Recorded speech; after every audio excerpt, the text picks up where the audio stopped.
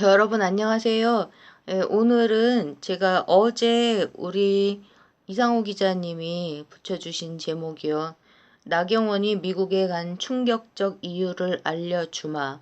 그 멋진 제목에 완전 삘 받아가지고 제목을 나경원 대신에 이름만 바꿔서 이해찬으로 바꿔서 이해찬이 하필 지금 시기에 미국에 간 충격적 이유를 알려주마. 이런 제목으로 한번 내용을 준비해 봤습니다. 우리 이상호 기자님께서 그 미국 민주당 하원의장 낸시 펠로시를 네오콘이라고 딱 못을 박으시던데 들으면서 정말 속이 시원했었습니다. 그러니까 저는 한마디로 이해찬이 그러니까 나경원이 지금 미국 가서 무슨 짓을 할지 절대 몰랐을 리가 없다고 생각을 하는 입장인데요. 이거에 다다르기 위해서 지금까지 많이 말씀드렸던 것들을 조금 더 정리를 하면서 한번 미국 전체의 한 30년 정도를 되돌아보는 것부터 한번 시작을 해보겠습니다. 여기가 이제 이건 제가 주방에서 쓰는 부엌에서 쓰는 젓가락입니다. 좀 지저분해 보여도 양해해 주십시오. 아버지 부시, 아버 부시, 그다음에 빌뿐만 아니라 힐러리 클린턴, 힐러리가 더 악마죠. 아들 부시, 그다음에 힐러리와 오바마, 그다음에 트럼프. 이렇게 89년부터 91년, 92년부터 2001년부터 2009년부터 그리고 2017년부터요. 아버지 부시가 레이건에 이어가지고 지극히 이례적으로 공화당인데도 다시 당선이 돼서 4년을 더 했는데요. 이때까지는 다 짜고 치는 고스톱이라고 보면은 확실합니다. 그러니까 이 사람이 이때를 했던 거는 그 글로벌 신자유주의 동구 그러니까 러시아 옛날 소련하고 러시아 옛날 소련하고 이스턴 블록 동구 사회주의권이 무너지면서 그 글로벌 신자유주의의 토대를 다지기 위해서 한 번 더 했다고 저는 보거든요. 그러니까 네오콘과 글로벌 엘리트들, 글로벌 신자유주의, 폭력적인 자본의 입장에서 토대를 다지기 위해서요. 그래서 중동에서는 그러니까 갈등을 정비하면서 장기적으로 준비하기 위해서 이라크전을 일으켰고요. 동유럽에서 그 아프간하고 옛날에 그 체코슬로바키아 이런 나라들을 중심으로 이슬람교를 내세우는 종교 갈등을 일으키면서 그러니까 이른바 이슬람 테러 준비를 한 시기였고요. 빌 힐러리 클린턴 시기에 빌 클린턴은 좀 온건파였어요. 대북 온건파로 이제 북한도 그러니까 달러 시장으로 편입시키고 싶어 했죠. 그런데 말씀드렸듯이 뭐 모니카 루인스키 등등을 내세워가지고 이거를 그러니까 글로벌 매파 쪽에서 빌 클린턴을 힘을 빼버리고 힐러리가 대신 뭐 그러니까 백악관을 장악하다시피 하는 이런 식이 되면서 이제 90년대 에 본격적으로 북한의 고난의 행군이 시작이 될 수밖에 없었죠. 고난의 행군은 말씀드렸듯이 사회주의권의 모든 교역이 물물교환이었기 때문에 그 사회주의권이 전체적으로 다 그러니까 자본주의 쪽으로 편입되면서 기축통화인 달러를 쓰기 시작했는데 북한은 달러가 하나도 없어서 그래서 미국하고의 관계를 너무나 평화적으로 풀기를 원했던 거죠. 뭐 북한이 어디를 침략하는 나라도 본래 아니었고요. 그런데 그거를 음, 동북아에서의 그 알박이, 그러니까 자기들의 폭력적인 국제 관계를 수행하기 위한 알박이로 북한을 고립시키고 남겨두면서 그 달러 자본주의 국가들과의 교역을 그러니까 허용해주지 않았기 때문에 온갖 그러니까 무슨 나쁜 말을 다 갖다 붙이면서 그걸 허용해주지 않았기 때문에 북한의 은한의 행군은 시작이 될 수밖에 없었습니다. 이러면서 이제 아들 부시로 넘어왔을 때 이때는 9.11 테러가 일어났고 그리고 9.11 테러를 빌미로 삼아서 북한을 악의 축으로 규정을 해버렸죠. 그러면서 하나 말씀을 드리자면 아마 2007년에 13조치 이렇게 뭔가를 풀어주는 척하는 이런 제스처를 겉으로는 했는데 그러면서 또 바로 그 다음날 그 정말 그래서 이제 외국으로 자국민들을 내보내서 이제 식당 같은 것들을 운영을 하면서 달러를 벌어들여야 하는 거기에 전력 투구할 수밖에 없었던 그 북한의 그 달러를 운용하던 그 은행을 막아버렸습니다. 부시가. 이런 식으로 움직이는 것들이 미국 대통령들이었죠. 그리고 오바마 시기에도 여기 힐러리하고 같이 움직였다고 봐야 됩니다. 그러니까 오바마는 일종의 뭐 꼭두각시 뭐 앞에 나서서 움직이는 사람이고 내부 실권은 힐러리 클린턴이 완전히 다 잡고 있었다고 보면 맞는데요. 이때 대북 정책은 전략적 인내 이러면서 망하기를 기다리는 척 했었고, 그리고 2015년부터는 아시아 회귀 이렇게 이제 아시아로 돌아온다라는 그러면서 어떤 그 매우 폭력적이고 그러니까 군사 행동을 준비하는 이런 일들을 했었죠. 그리고 트럼프가 당선이 되면서 남북미 평화 시대가 열렸습니다. 근데 여기까지 계속 트럼프 이전까지를 보면 미국의 동북아 정책은 한미일 삼각 군사 동맹 이거를 전면적으로 입 밖으로 대통령 공약에서도 두 번이나 토론에서 공약으로 내걸었던 게 힐러리 클린턴이고요. 이 한미일 삼각 군사 동맹이 그럼 지금 이 노선이 없어졌는가? 전혀 아니죠. 여기를 제가 이렇게 점선으로 계속 이어지고 있다고 처리를 해야 되는데 쭉 그냥 그어버렸어가지고 지금 종이가 세 개 없어갖고 다시 점선 처리를 했습니다. 화이트도 없고. 아유, 죄송합니다. 어쨌든 이 한미일 삼각 군사 동맹이라는 북한을 고립시켜서 적으로 설정하고 군사 행동을 벌여서 돈을 벌고자 하는 이 폭력적인 네오콘들의 노선은 아직도 물 밑에서 또 공공연하게 자행되고 있고 이것을 자행하고 있는 주축이 안티 트럼프. 그러니까 지금은 민주당이죠. 그러니까 제가 그 진보와 군산 복합의 결혼이라는 제목으로 방송을 준비해서 말씀드린 적이 있었는데 CNN 같은 뭐 진보 연하는 언론을 앞세워서 이런 그 결혼을 해서 이렇게 이제 완전 짬뽕이 돼버리는 겁니다. 그러니까 진보라는 미국의 민주당이 엄청나게 전쟁광이 돼버린 거고 우리나라에서는 그래서 나카무라라고 부르던데요. 나경원 별명이 나카무라가 됐더군요. 자한당이 웃기게도 미국의 그러니까 낸시 펠로시 민주당하고 손을 잡고 사진을 찍고 이러는 그러니까 아베 일본하고 미국 안티 트럼프 우리나라 수꼴 일본 자한당이 여기 있는데 그러니까 다 포함이 돼 있는데 제가 드리는 말씀은 계속해서 그러니까 이해찬이 중심을 잡고 있는 이 친노 세력이 그 나카무라 자한당 과 같이 물밑에서 함께 움직이고 있다. 그렇게 볼 수밖에 없다. 그러니까 진보 적폐가 과거의 그 수골 적폐를 장악했다. 그리고 이 과정은 그러니까 장악 통폐합은 중앙일보가 홍석현의 중앙일보가 동아일보와 조선일보를 장악해버린 이 과정하고 같이 진행이 됐다. 그러니까 특히 이제 그 박근혜 탄핵 이후부터 이것이 전면적으로 자행이 된 거죠. 그러면 이렇게 쭉 말씀드렸던 한미일 삼각 군사 동맹이 추진되던 시기 우리나라 대통령 이름을 좀 적어놔 보았습니다. 노태우, 김영삼, 김대중, 노무현, 이명박근혜 그리고 문재인 대통령기에 그러니까 트럼프하고 정말 정확하게 맞아 떨어진 거죠.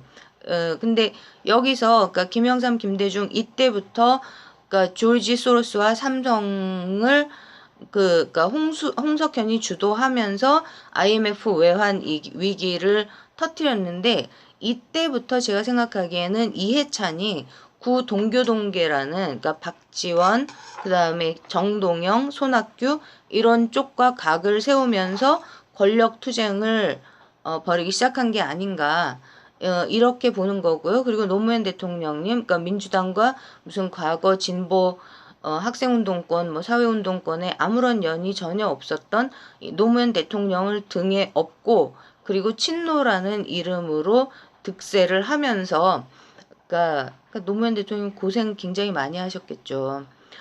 정말 고생 많이 하셨을 것 같습니다. 그때 문재인 대통령님도 마찬가지고 이명박근혜 시기에 이른바 노무현 재단이라는 그러니까 진보 연하면서 지극히 진짜 네오콘의 따까리 노릇을 하는 이게 미국의 민주당하고 똑같다는 겁니다. 하는 짓이요. 그리고 그 배후에 삼성과 조지 소로스가 있고요. 조지 소로스는 미국의 그 낸시 펠로시, 그다음에 힐러리 여기 엄청나게 밀어주는 인간입니다. 이 사람은 정말 악마입니다. 이렇게 되면서 그러니까 여기에 이낙연, 김부겸 이런 현 여권의 그러니까 권력자들도 같이 움직이고 있다고 보는 거고요. 그러니까 즉 지금에 와서는 이 친노, 그러니까 김대중 시기 IMF 외환위기 이때부터 이러저러한 자신들의 이해관계를 구현하기 위해서 삼성 측, 홍석현 측과 손을 잡고 움직였을 것으로 보이는 가짜 진보, 그러니까 매우 폭력적인 낸시 펠로시하고 성격이 거의 비슷하다고 봐도 다름이 아닐 것 같은 이런 쪽이 구 동교동계와 권력투쟁에서 패권을 잡았는데 이렇게 오면서 이제 어느 순간부터 독자적으로 움직이기 시작하면서 그러니까 굉장히 똑똑하기 때문에 이러저러한 상황 속에서 자기의 입지를 넓히는 그러니까 굳히고 잃지 않는 쪽으로 움직이겨 오신 온 이 박지원 씨가 손학규 씨하고 지금에 이르러서는 같이 손을 잡으면서 뭔가 다시 왜냐하면은 이 친노 세력이 현재의 문재인 정부의 물 밑에서 매우 반대하는 쪽으로 도움이 안 되는 쪽으로 움직이고 있다라는 감을 잡으면서 또다시 뭔가 세력화를 해서 그 이제 어제 뉴스공장에 나와서 얘기하는 거를 들어보니까 박지원 씨가 아마도 손학규 씨와 심지어 이제 오세훈 그다음에 뭐 누구죠? 유승민 이런 모든 사람들까지를 다 끌어들여서 친문재인 정부의 외연을 입고 실질적으로는 안티 이해찬 반친노 권력투쟁을 벌이고 싶어하는 게 아닐까 이런 느낌이 좀 들고요. 그러니까 그리고 그러니까 김근택의 이쪽 분들은 글쎄요. 그러니까 유재일 씨가 아주 잘 아시기 때문에 제가 아시는 걸로 보여서 제가 그분을 자꾸 인용을 하게 되는데, 그러니까 돌아가신 김근태 씨의 그 부인 되시는 인재근 씨가 이제 민주당 내에 그 진보 연하는 그러니까 거의 뭐 미국 민주당하고 똑같은 거죠. 그런 여성 권력자들, 실권자들과 함께 그러니까 이렇게 모이면서 아마도 노무현 재단 즉 친노 쪽으로 편입이 된 건지 어쩐 건지 정확하게 잘 아무튼 좀 그렇습니다. 그러니까 지금 현재 민주당 내에서는 이 친노라는 부류 이해찬 유시민 이쪽이 실권을 그러니까 권력계의 실권을 그러니까 나쁜 의미의 권력을 장악하고 있는데 이들의 본색은 이때부터 시작을 해서 지금의 민주당, 미국 민주당이 조지 서로스와 얽혀 있는 것과 똑같이 한국에서 삼성과 얽혀 있다라고 보여진다는 거죠. 그리고 이해찬이 지금 나경원을 됐고 이해찬이 미국에 간 충격적인 이유는 그래서 나경원을 앞세워서 이 한미일 삼각 군사동맹 즉 안티 트럼프, 안티 남북미 평화 이 목소리를 높여주고 갈등을 부추기는 이런 역할을 동시에 하기 위해서 뭐 외교를 하러 간다고 했지만 그렇게 갔다고 저는 이제 갈 때부터 좀 짐작을 했었는데 혹시 그런 게 아닐까라는 생각을 했었는데 과연 그런 식의 모습을 이제 나카무라 양께서 완전 날리고 계시기 때문에 이렇게 드러나고 있어 보이고요. 그런데 저는 이것이 미국에서조차 이제 성공하지 못할 것이다라고 보는 이유는요.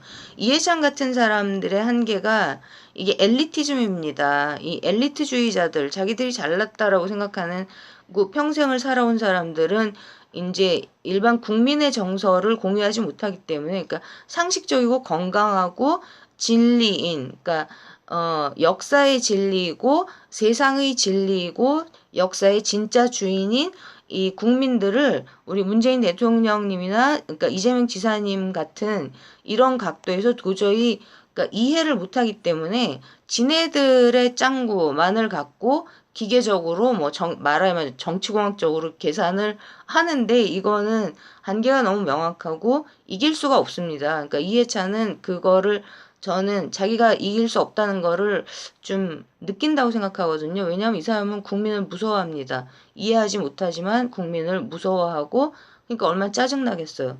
그래서 이런 국민들의 힘을 모르기 때문에 이런 시도는 뭐 뉴욕타임스, CNN, 워싱턴 포스트 이런 쪽에다가 뭐 양념거리 한국에도 그러니까 남북미 평화를 바라지 않고 북한을 믿지 못하는 국민들이 엄청나게 많다. 있다고 가짜 뉴스 그거를 길어야 일주일 정도의 양념거리를 제공할지는 모르겠지만 그러나 트럼프와 그러니까 문재인 대통령님과 김정은 위원장과 트럼프 대통령이 같이 힘을 합쳐서 탑다운 방식으로 추구하고 있는 지금 추진하고 있는 남북미 평화 이거는 절대로 돌이킬 수가 없고요.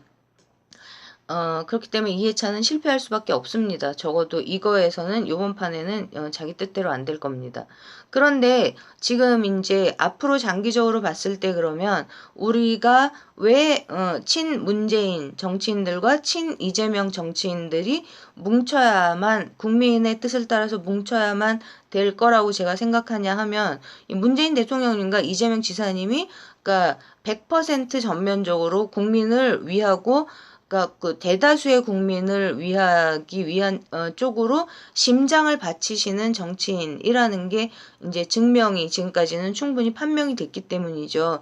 그래서 친문재인계 정치인은 다 아다시피 김경수 지사님, 이재명 지사님도 심지어 경기도 내에서 문재인 정부의 성공을 위한 태스크포스까지 꾸렸죠. 경기도의 그러니까 공약과 문재인 대통령님의 공약에서 겹치는 게 3분의 2가량 된다고 67가지 이렇게 찾아내갖고 그거를 특별히 더 강력하게 펼치기 위한 거를 꾸려놨고요. 문재인 대통령님의 그 무슨 선대 본부장이었나요?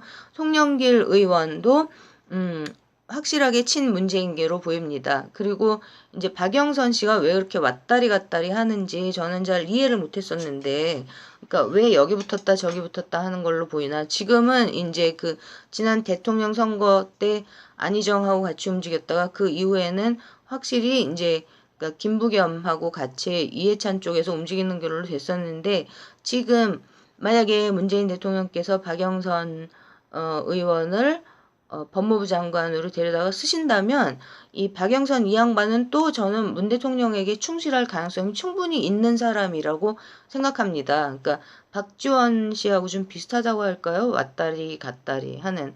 그런데 어쨌든 만약에 법무장관으로 임명이 되면 정말 거기에서 자기의 입지를 다질 수 있는 가능성을 발견하면 또 정말 열심히 잘 움직일 수 있는 사람이라고 저는 생각합니다. 그 4.16 이런 거 엎은 거 생각하면 열이 받기도 하지만요. 그래도요. 어쨌든 그러면 지금 친 이재명계 정치인들이 이제 뭉쳐야 할 판인데 문재인과 이재명을 중심으로요. 여기서 문재인 대통령님이 친 이재명입니다. 저는 확실하다고 봅니다. 이거는 빼박 근거가 두 가지가 있는 게 작년 지방선거 이후에 삼철 회동을 통해서 전해철을 그만하라고 양정철 씨를 통해서 그만하라고 했죠. 전해철이 말을 안 들었죠.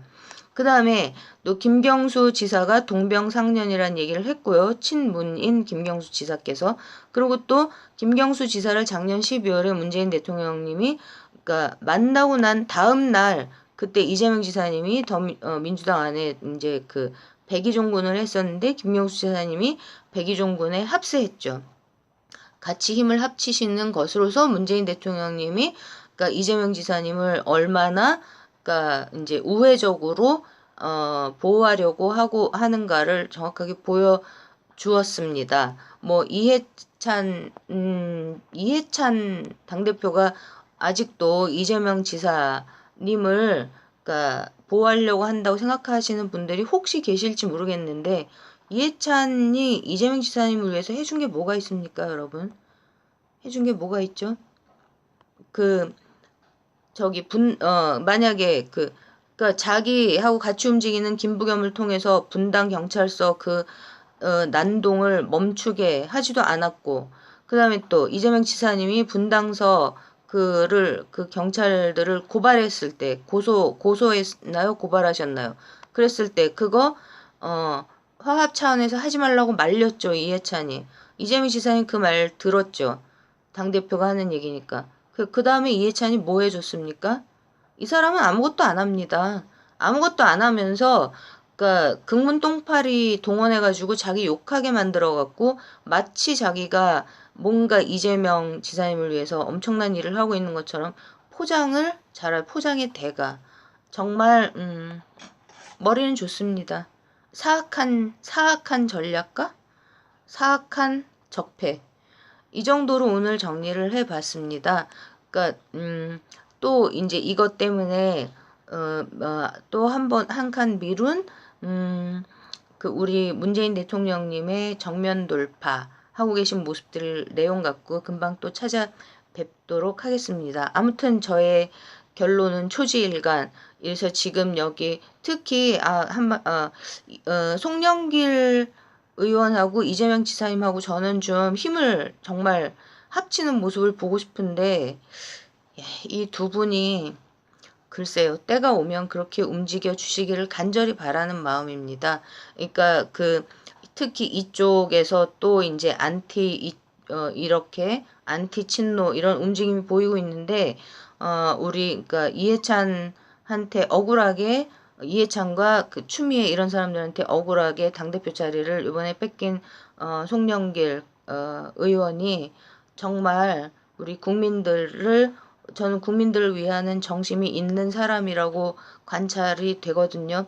그리고 아무튼 뭐 댓글 부대도 안 쓰고 뭐 여론 조작 같은 것들도 아예 안 하고 그다음에 뭐 조선일보, 동아일보 이런 데서 맨날 왕따 시키고 당 내에서도 드러나지 않지만 이재명 지사님만큼 왕따를 당하고 그리고 삼성 그 이재용 구속시키라는 그 데모에도 참석을 했고 그러니까 왕따 당하는 게 문 대통령이 북한 갈 때 같이 못 간 그 사람 이재명 지사님 송영길 동부가 무슨 그거 위원장까지 했는데도 그때 같이 못 갔죠. 누가 이렇게 안 껴줄까요, 여러분? 왜 안 껴줄까요?